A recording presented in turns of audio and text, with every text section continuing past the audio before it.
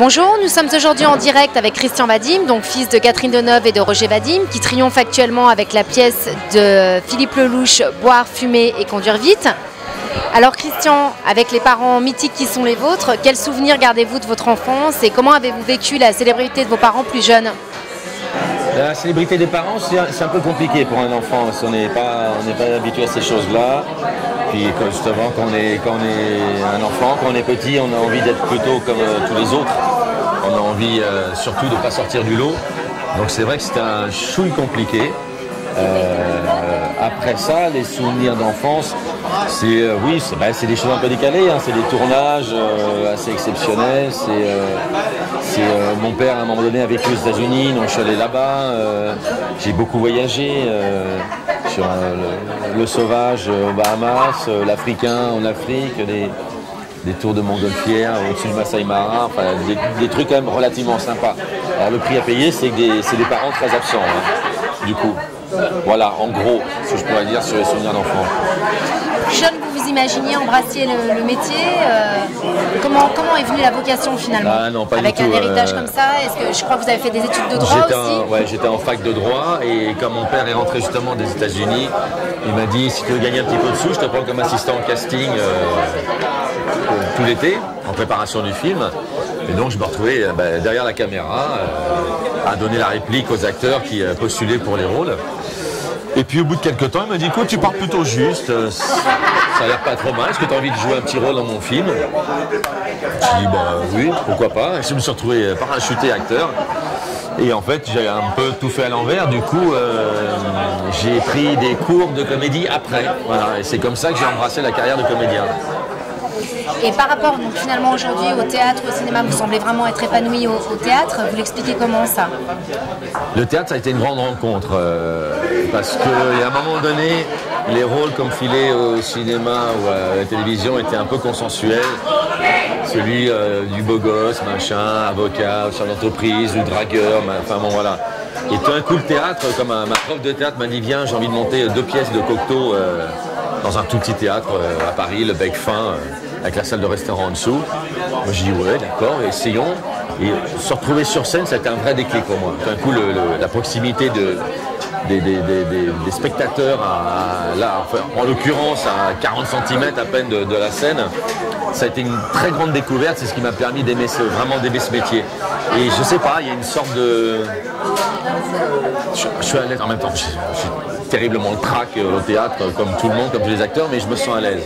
Voilà, je me sens dans mon univers. C'est quelque chose que j'aime profondément. Le cinéma, je suis très content d'en faire. La télévision aussi, parce que c'est un autre exercice. La télévision, il faut être très rapide, parce qu'on tourne beaucoup de séquences en très peu de jours. Le cinéma, c'est le contraire, c'est vous tournez 10, 15, 20 secondes utiles par jour.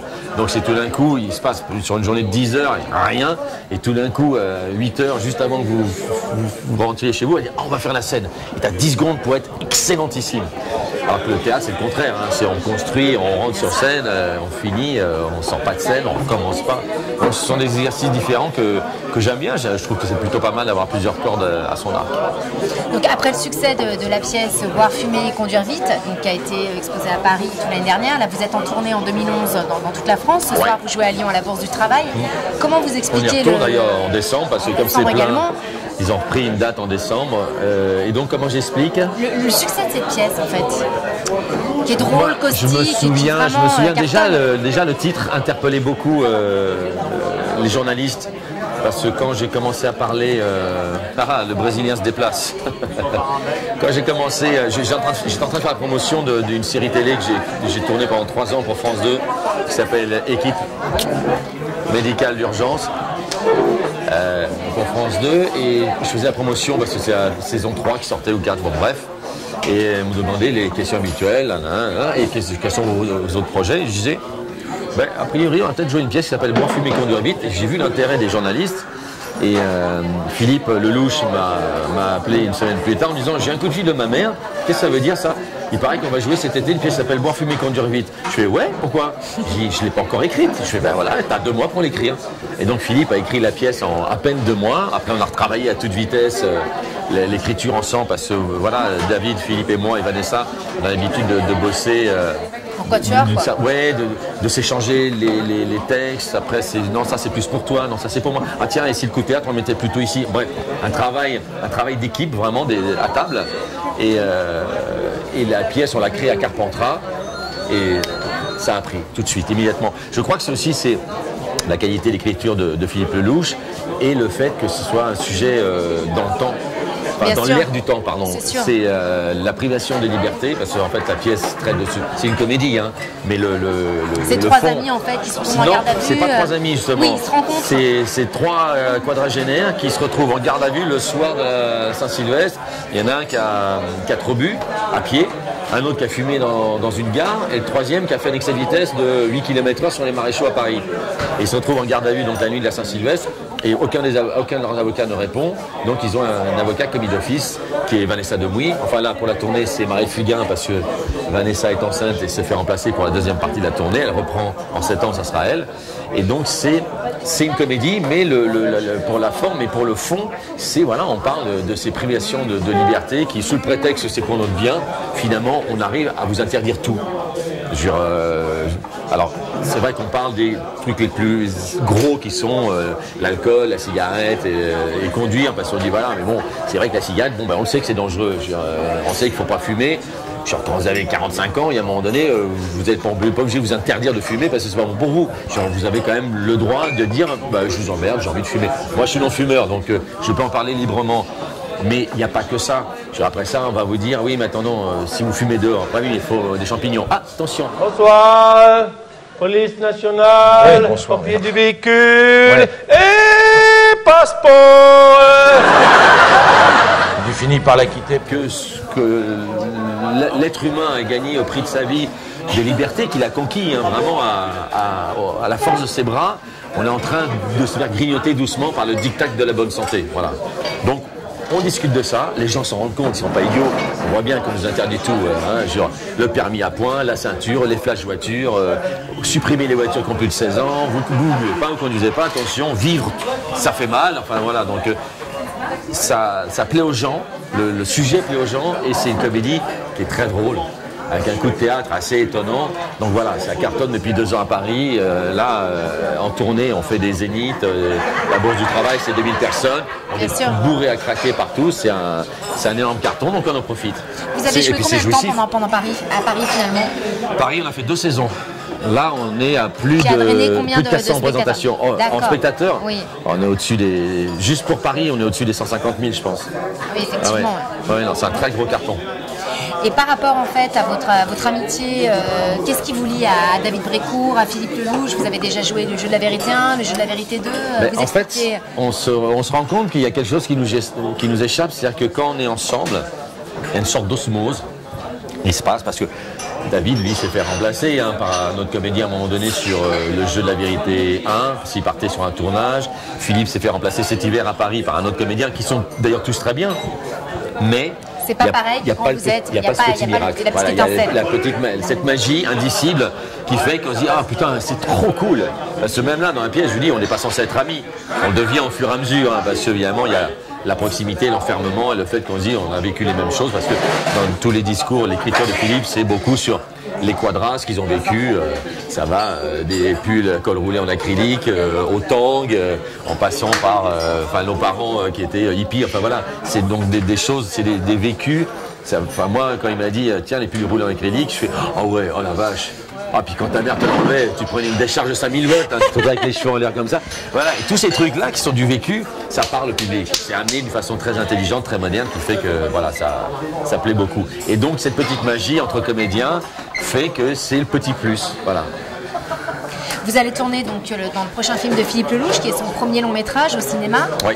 Quelques mots sur ce prochain film. Il a écrit et qu'il va réaliser et jouer dedans.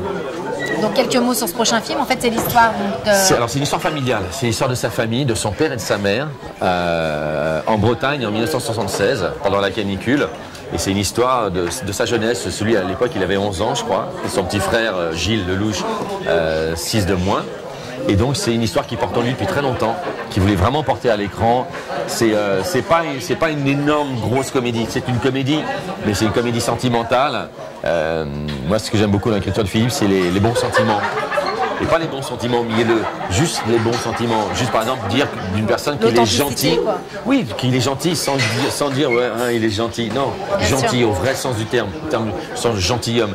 Et donc c'est voilà, une écriture moderne avec des bons sentiments, des êtres qu'on a envie de voir, s'aimer, rire, pleurer. Et il arrive à mélanger toujours ça.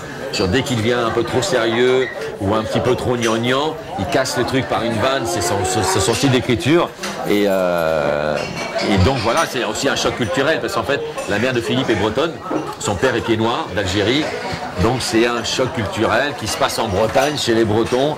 Donc voilà, il voulait mettre tout ça, c'est une histoire qu'il porte en lui et qu'il veut mettre à l'écran. Et quel rôle vous allez jouer dans ce film alors? Alors moi je joue le rôle de Jackie, il y a 3 amis d'enfance, un peu plus que d'enfance même.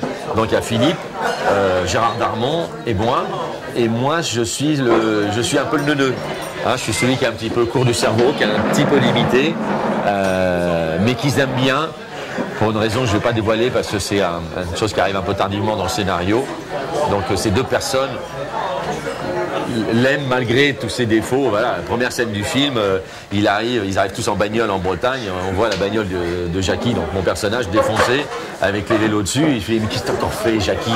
Bah, t'es passé sous le pont, moi aussi je pouvais passer. Enfin, Jackie, t'avais des vélos sur le toit. T'es con, quoi. Donc voilà, tu vois, la première scène plante le personnage et après c'est de la vanne, mais c'est beaucoup d'amour. Voilà. Quels sont vos autres projets, à part le cinéma, prochainement? Moi, j'ai tourné un film là, il y a 3 semaines au Chili, avec mon metteur en scène fétiche, qui est Raoul Ruiz, metteur en scène chilien, avec qui j'ai fait 7 films, c'est le 7e là. Donc je fais ce film avec Philippe cet été. Ensuite, on part au Canada jouer 1 mois et demi à Montréal, enfin à côté. Et après, on reprend la tournée en fin septembre jusqu'à décembre. Et ensuite, en janvier, on redémarre. On voulait se faire un petit kiff tous les 4.